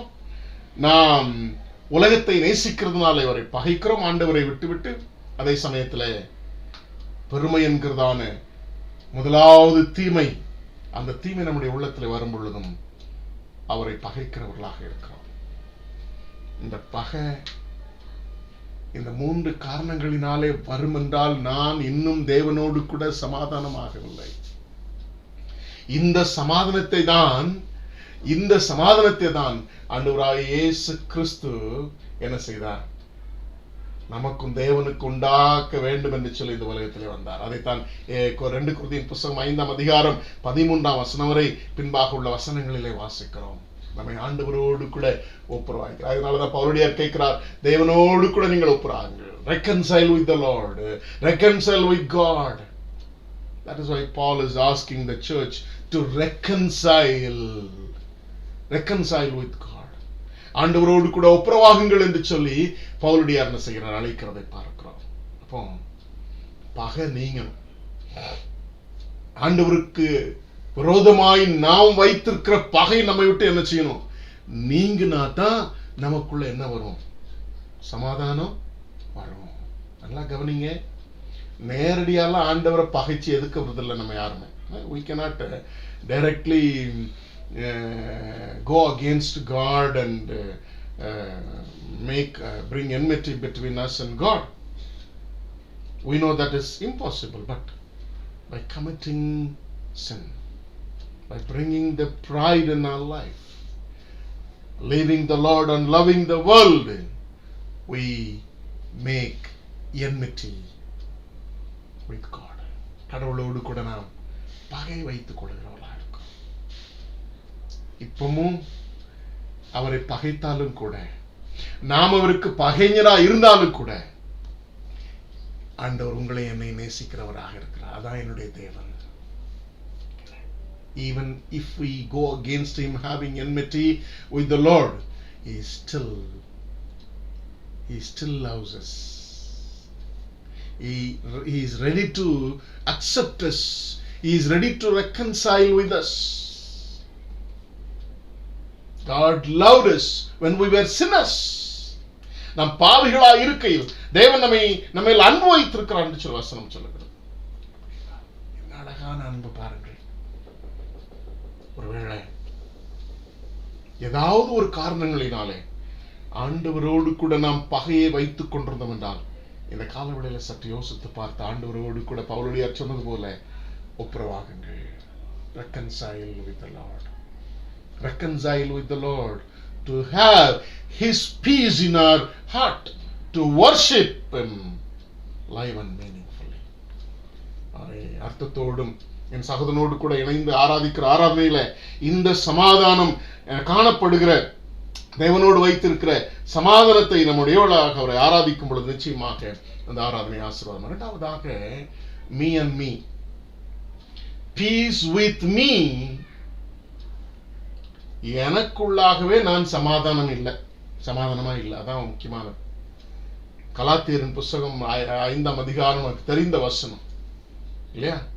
ஆவியும் மாம்சமும் ஒன்றை ஒன்று விரோதிக்கிறதா இருக்கிறது. There is an enmity between our flesh and our spirit. So there is no peace within us. There is no peace within our being, very being. நமக்குள்ளாகவே நம்முடைய சரீரமும் மாம்சத்துக்கும் இடையில கடந்த வாரத்தில் அருமையான சகோதரர் டேனியல் மர்னோரும் அதே வசனத்தை நமக்கு கற்றுக் கொடுத்தார்கள். ஒரு பகைமை இருக்கிறது, ஒரு எதிர்ப்பு இருக்கிறது. ஆவி சொல்லுகிறது செய்யாத, மாம்சம் சொல்லுகிறது மாம்சத்தின் கிரியைகளை நீ செய்யும் சொல்லிட்டு அந்த வசனத்தில் அழகாக தெளிவாய் கடந்த வாரத்தில் சொன்னார்கள். எத்தனை மாம்சத்தின் கிரியைகள் இருக்கிறது. மாம்சத்தின் கிரியைகள், மாம்சமானது என்ன செய்கிறது? மாம்சத்தின் கிரியைகளை செய்வதற்கு எப்பொழுதும் ரெடியா இருக்கு. வசனத்தை நான் வாசித்து காமிக்கிறேன். கடந்த வாரத்தில் அவர்கள் அருமையாய் சகோதரர் நமக்கு கற்றுக் கொடுத்தார்கள். அதை மறுபடியும் வாசிக்கிறேன். மாம்சம் ஆவிக்கு விரோதமாகவும் ஆவி மாம்சத்துக்கு விரோதமாகவும் இச்சிக்கிறது. நீங்கள் செய்ய வேண்டும் என்றிருக்கிறவர்களை செய்யாதபடிக்கு இவைகள் ஒன்றுக்கொன்று விரோதமாயிருக்கிறது என்று சொல்லி நாம் வாசிக்கிறோம். Galatians chapter 5 verse 17. கலாத்தியர் 4 அதிகாரம் 17 வசனத்தை வாசிக்கிறேன். I will read it for you. The flesh desires what is contrary to the spirit, and the spirit what is contrary to the flesh. They are in conflict with each other. They are in conflict with each other. The flesh and the spirit has got conflict, a fight between the flesh and spirit. நமக்குள்ளாக இருக்கக்கூடிய அந்த ஆவியும் மாம்சம் ஒன்றை ஒன்று இச்சிக்கிறதா இருக்கிறது. The spirit helps us to not to do all sorts of the fleshly activities, but the flesh always instigate to do all the sinful things, fleshly things. மாம்சத்தின் இச்சைகளை நிறைவேற்றுவதற்கு the lust of the flesh நிறைவேற்றுவதற்கு எப்பொழுது ஆயத்தமா இருக்கு. ஆனால் அந்த ஆவி தடுக்கிறது. there is a conflict, ஒரு போராட்டம் இருக்கிறது. அப்ப நமக்குள்ளே நாம என்ன செய்யல? இன்னும் சமாதானமா இல்ல. நமக்குள்ளே நம்ம எப்ப சமாதானமா இருக்குமோ அப்பதான் ஆண்டவரை அர்த்தமுள்ள ஆராதனை ஆராதிக்கிறவர்களாகவும் அதே சமயத்தில் ஜீவனுள்ள ஆராதனை ஆராதிக்கிறவர்களாகவும் ஆராதிக்க முடியும். நமக்குள்ளே சமாதானம் இல்லைன்னா எப்படி என் சகோதரனோடு சமாதானமா இருக்க முடியும்? தேவனோடு கூட சமாதானம் பண்ணிட்டாலே எனக்குள்ள அந்த சமாதானம் வந்துரும். அப்போ ஆண்டவரோடு கூட ஒப்புரவாகிற நானும் நீங்களும் என்னோடு கூட முதலாவது ஒப்புரவாய்க்கணும். அப்போ என்னுடைய ஆவி சொல்றதை நான் கேட்கணும். அப்படின்னா என்ன அர்த்தம்? ஒரு சுய கட்டுப்பாடு எனக்குள்ளாக வரணும். So how can I reconcile with myself? There should be a self-control in our life. When the Spirit says not to do the fleshly things or lust of the things that brings lust to our flesh, we should listen to our spirit, for which we should have self-control. நமக்குள்ளாக ஒரு சுய கட்டுப்பாடு. அந்த சுய கட்டுப்பாடு மிஞ்சி போகும்போது there is a fight. So we ourselves are the enemies for ourselves first of all. நாம தான் நமக்கு பகையாளிகள் முதல்ல. இப்ப நமக்கே நாம் பகையாளிகளா இருக்கும் பொழுது எப்படி ஜீவனுள்ள தெய்வத்தை, ஒரு ஜீவனுள்ள ஆராதனையை ஆராதிக்க முடியும்? எப்படி ஜீவனுள்ள தெய்வத்தை சமாதானத்தோடு நாம் ஆராதிக்க முடியும்? எப்படி நமக்குள்ளாக சமாதானம் காணப்படும்? யோசித்து பாருங்க. நமக்குள்ளாக சமாதானத்தை கொண்டு வருகிறது சுய கட்டுப்பாட்டினாலே மாத்திரம் முடியும் என்பதை உங்களோடு கூட நான் பகிர்ந்தளிக்க விரும்புகிறேன். நிறைய வசனங்கள் கொடுத்திருக்கிற நிமிடங்களில் வாசி பாருங்க. என்னுடைய இருதயத்தில் சமாதானம் வேணும், என் மனசுல சமாதானம் வேணும், என் சரீரத்தில் சமாதானம். I should have peace in my mind, I should have peace in my heart, I should have peace in my body, for which I need self-control. என் மனசுல சமாதானம் வேணும், என் இருதயத்தில் சமாதானம் வேணும், என் சரீரத்தில் சமாதானம் வேணும். அப்பதான் எனக்குள்ளாக அந்த தேவன் அனுபவித்த அந்த சமாதானத்தை அனுபவிக்க முடியும். அப்படின்னா இன்னும் நாம் புதிய மனுஷனாக சிருஷ்டிக்கப்படலை. பேசிய 2 அதிகாரம் 15 வசனத்தை வாசிக்கட்டும். And that shows when we don't have the peace within us through reconciling ourselves with ourselves, that means there is no peace. We are not created into one being. That means we have not become one. We ourselves are two, according to the text read for us in Ephesians chapter 2 verse 15. நமக்குள்ளாகவே நாம பிரிஞ்சிருக்கிறோமே. தேவனை விட்டு பிரிகிறோம் பாவத்தினாலும், கோபத்தினாலும், பெருமையினாலும், உலக சிநேகத்தினாலும். இப்ப நமக்குள்ளே நாம பிரிஞ்சிருக்கிறோம். ஏன்னா மாம்சத்தின் கிரியைகளை செய்யறதுக்கு எப்பொழுதுமே மாம்சம் ரெடியா இருக்குது. அது நமக்குள்ள ஒரு போராட்டம், கலகம் இருக்குது, சமாதானம் இல்லை. Peace with God, peace with me. கடைசியாக peace with men. இப்போ வர்றோம் முக்கியமான பகுதி. என் சகோதரனோடு கூட நான் சமாதானமா இருக்கிறேனா? யோசிச்சு பாருமே, எவ்வளவு பகை. ஒருவேளை நான் ஏற்கனவே சொன்னது போல நமக்கு பழைய வரலாறு இருக்குது. பிரச்சனை பண்ண வரலாறு, சண்டை போட்ட வரலாறு, தகராறு பண்ண வரலாறு, இல்ல பகைமையை வளர்த்துக்கிட்ட வரலாறு, யாரோ ஒருத்தருக்கு சப்போர்ட் பண்ண போய் இன்னொருத்தரோட ஏற்பட்டிருக்கிற பகைமை, குரூப்பிசம், பிரிவினைகள். திருச்சபை ஒன்னா இருக்கா ரெண்டா இருக்கா? ஒரு திருச்சபை தான். பிரிவினைன்னு ஒண்ணு வந்துச்சு. எந்த அடிப்படையிலும் சரி, பண அடிப்படையில, பொருளாதார அடிப்படையில, பிரச்சனைகளின் அடிப்படையில, பதவிகளின் அடிப்படையில, எந்த அடிப்படையிலும் சரி ரெண்டா பிரிஞ்சிருக்கும் என்றால் அங்கே பகை இருக்கிறது. பகை இருக்கிற இடத்துல அது ரெண்டா இருக்கிறது. ரெண்டா இருக்கிற இடத்துல நிச்சயமா சகோதரனோடு கூட சமாதானமா இருக்கவே முடியாது.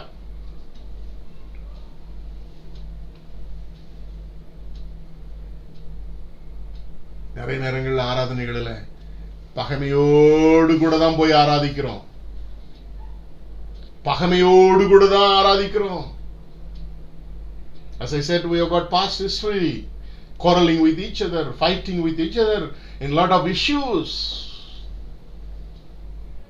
In lot of issues, we have got rift with my fellow brothers. That may be a past history. If you still remember those enmity and fight, that means we are not at peace with my fellow being. அந்த பழைய காரியங்கள்லாம் மனசுல வச்சுக்கிட்டு இன்னும் அதே எண்ணங்களோடு இருந்தேன்னா என் சகோதரனோட சமாதானம் இல்லைன்னு அர்த்தம். சபை ஒன்னா தான் இருக்கணும், ரெண்டா இருக்க கூடாது. பதவியின் அடிப்படையில் church should be one. There should not be any rift among the brethren on the basis of anything, maybe money, position and responsibilities of the church, and in supporting of one person and in opposing others, and all those things happens in our church.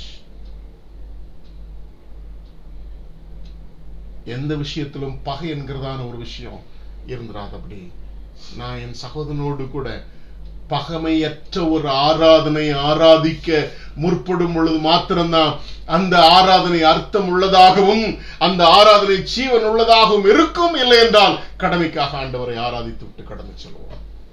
கடமைக்காக ஆராதித்து விட்டு கடந்து செல்வோம். ஆகவே தான் பவுலடியார் கொலோசியரின் புஸ்தகத்திலே, கொரிந்தியரின் புஸ்தகங்களிலே ஒப்புரவாகுங்கள் ஒப்புரவாகுங்கள் ஒப்புரவாகுங்கள் ஒப்புரவாகுங்கள் என்று சொல்லி மறுபடியும் மறுபடியும் திருச்சபை அழைக்கிறதை பார்க்கிறோம். That is why Paul every now and then he asked the church at Corinth, church at Colossians and all, he asked to reconcile with each other, reconcile with God, reconcile within ourselves, and reconciling with my fellow being.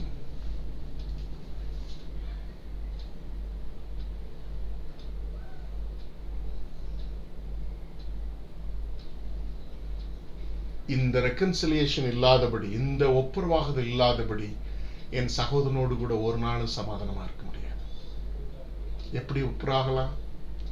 மன்னிப்பு கேட்டு மன்னிக்கப்பட்டு என் சகோதரனோடு கூட ஒப்புராகலாம். Forgive and be forgiven. Forgive and be forgiven. Be forgiven and forgive. மன்னித்தும் மன்னிப்பை பெற்றுக்கொண்டும் என் சகோதரனோடு கூட ஒப்புரவாகி அதே சமயத்தில் பழையவைகளை மறந்து, முன்னானவைகளை மறந்து,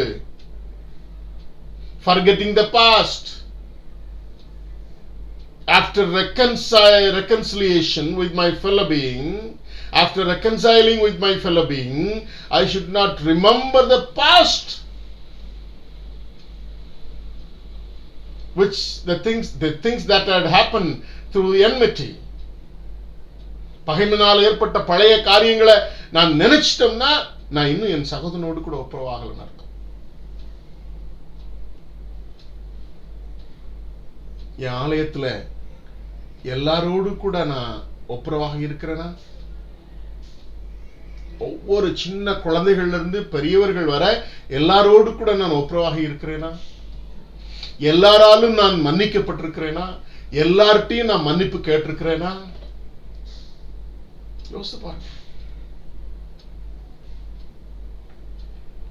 இல்லைன்னா அங்க பிரிவினை இருக்குன்னு அர்த்தம். Am I forgiven by my fellow being? Have I asked forgiveness to my fellow being, a fellow believer in the church? If not, there is rift in the church. And how can I make my worship meaningful and live? யோசித்து பாருங்க. நிறைய வசனங்கள் கொடுத்திருக்கிறேன், அதெல்லாம் ஒவ்வொன்றாய் சொல்வதற்கு எனக்கு சமயம் இல்லை. நீங்கள் வாசித்து பாருங்க. உறவிலே சகோதரத்துவம், உணர்விலே சந்தோஷம், உள்ளத்திலே சமாதானம். Brotherhood in our relationship, joy and happiness in my feelings, and peace in my heart. இது மூன்றும் இருக்கும் பொழுது என் சகோதரனோடு கூட நான் ஆராதிக்கிற ஆராதனையானது நிச்சயமாக அர்த்தமுள்ளதாகவும் ஜீவனுள்ள ஆராதனையாகவும் இருக்கும். மற்றபடி அது சத்தங்கள் நிறைந்ததாகவும் சடங்காச்சாரங்கள் நிறைந்ததாக மாத்திரமே இருக்கும். ஆண்டவர் எதிர்பார்க்கிறது சடங்காச்சாரமான ஆராதனையும் அல்ல, சத்தங்கள் நிறைந்த ஆராதனையும் அல்ல, சகோதரத்துவம் உள்ள ஆராதனை, சந்தோஷமான ஆராதனை, சமாதானம் நிறைந்த ஆராதனை. இந்த ஆராதனை ஆராதிக்க நம்மை ஒப்புக் கொடுப்போம். நிச்சயமாக கர்த்தர் நம்மை ஆசீர்வதிப்பார். நிச்சயமாக உயிரோடு இருக்கிறவரை உயிரோடு கூட அந்த ஜீவனுள்ள ஆராதனைகளை ஆராதிக்க முடியும். கண்களை முடிச்சு வைப்போம். நேசிக்கிற நல்ல பிதாவே, நன்றி நிறைந்த இருதயத்தோடு உம்மை துதிக்கிறோம், உம்மை ஸ்தோத்திரிக்கிறோம் சாமி. இந்த ஜனத்தை எனக்கென்று ஏற்படுத்தினேன், இவர்கள் என் துதியை சொல்லி வருவார்கள் என்று சொல்லி உமக்கென்று ஒரு ஜனக்கூட்டத்தை, ஒரு சகோதர கூட்டத்தை ஏற்படுத்தி வைத்திருக்கிறீர் சாமி. அந்த சகோதர உறவில, அந்த சகோதர உறவினாலே கிடைக்கக்கூடிய அந்த சந்தோஷத்தினால, அந்த சந்தோஷத்தை நிறைவினாலே கிடைக்கக்கூடிய உள்ளத்தில் ஏற்பட்டிருக்கிற சமாதானத்தோடு கூட, சகோதர பாசத்தோடு, சந்தோஷத்தோடு, சமாதானத்தோடு என் சகோதரனோடு கூட ஆண்டவரை ஆராதிக்கும் பொழுது அந்த ஆராதனை ஜீவனுள்ளதாகவும் அர்த்தமுள்ளதாக இருக்கும். அந்த ஆராதனையில உயிரோடு இருக்கிறவரை உயிரோடு இருக்கிறவராக தரிசிக்க முடியும். இந்த உறவுக்கும் இந்த உணர்வுக்கும் இந்த அருமையான சமாதானத்திற்கும் அர்ப்பணித்திருக்கிற பிள்ளைகளை கர்த்தர் ஆசீர்வதியும். இயேசு கிறிஸ்துவின் நாமத்தில் ஜெபிக்கிறேன் நல்ல பிதாவே, ஆமென்.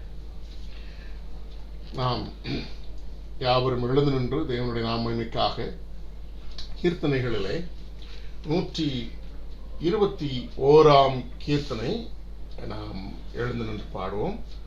121 கீர்த்தனை, உன்றன் சுயமதியே நெறி என்று உகந்து சாயாதே, அதில் நீ மகிழ்ந்து மாயாதே என்கிற பாடலை நாம் பாடுவோம்.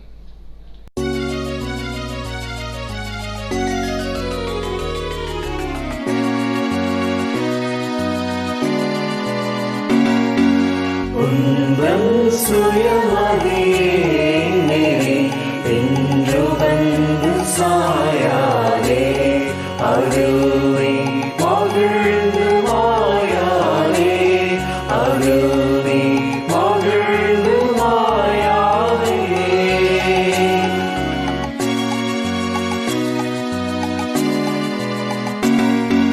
மைந்தனே தேவனே மரியாதை பொழுதும் அதீதனை தேராய், தீங்கொழித்திடமாய் மனம் தாராய், அருள்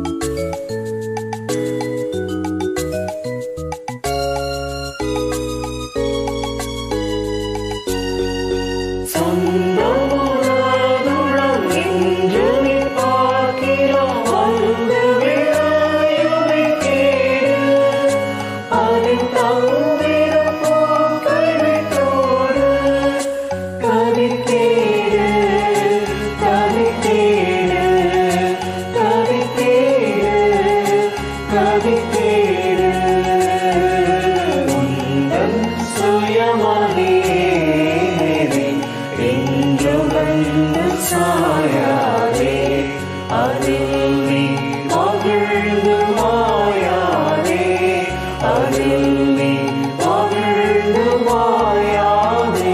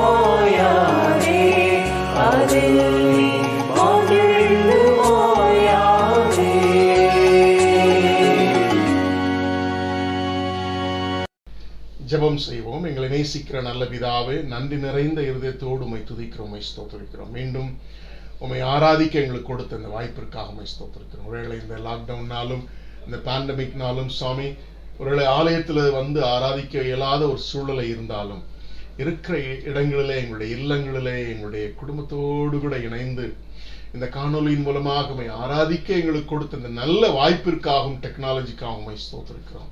அவருடைய சரீரத்திலே நாங்கள் அவரவருடைய இல்லங்களில் இருந்தாலும் எங்களுடைய உணர்விலும் எங்களுடைய உள்ளத்திலும் எங்களுடைய சிந்தையிலும் உம்மை ஆராதிக்க, உம்மை நோக்கி பார்க்க ஒரு மனதோடு கூட இந்த சமயத்தில் உம்மை நோக்கி பார்த்து ஆராதிக்க எங்களுக்கு கொடுத்த அந்த நல்ல வாய்ப்பிற்காக உம்மை ஸ்தோத்திரிக்கிறோம். எவ்வளவு பெரிய உண்மை சாமி!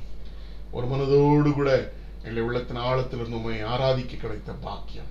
ஆராதனையில சிவனுள்ள ஆராதனையாய் ஆராதிப்பதற்கு எங்களுக்கு நீர் கொடுத்த செய்திக்காக, அழைப்பிற்காக உம்மை ஸ்தோத்திரிக்கிறோம். உறவிலே சகோதரத்துவம், உள்ளத்திலே உணர்விலே சந்தோஷம், உள்ளத்திலே சமாதானம் உடையவர்களாக என் சகோதரனோடு கூட இணைந்து உம்மை ஆராதிப்பதற்கு எங்களை அழைத்திருக்கிற இந்த ஆராதனையை ஆண்டவரை சீனுள்ள ஆராதனையாய் நாங்கள் மாற்றி உம்மை தரிசிக்க எங்களுக்கு நீர் உதவி செய்கிறார். அர்ப்பணித்த பிள்ளைகளை ஆசீர்வதியும். பிள்ளைகள் கொடுத்திருக்கிற காணிக்கையை நீர் ஆசீர்வதியும்.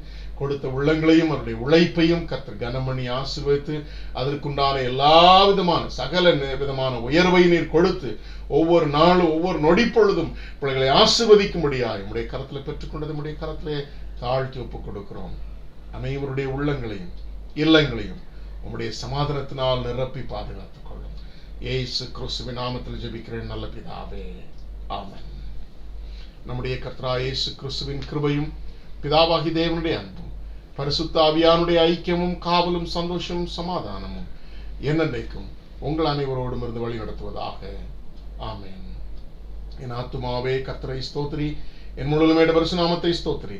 என் ஆத்துமாவே கர்த்தரை ஸ்தோத்திரி, கர்த்தர் செய்த சகல வாரங்களையும் மறவாதே. ஆமென், ஆமென், ஆமென்.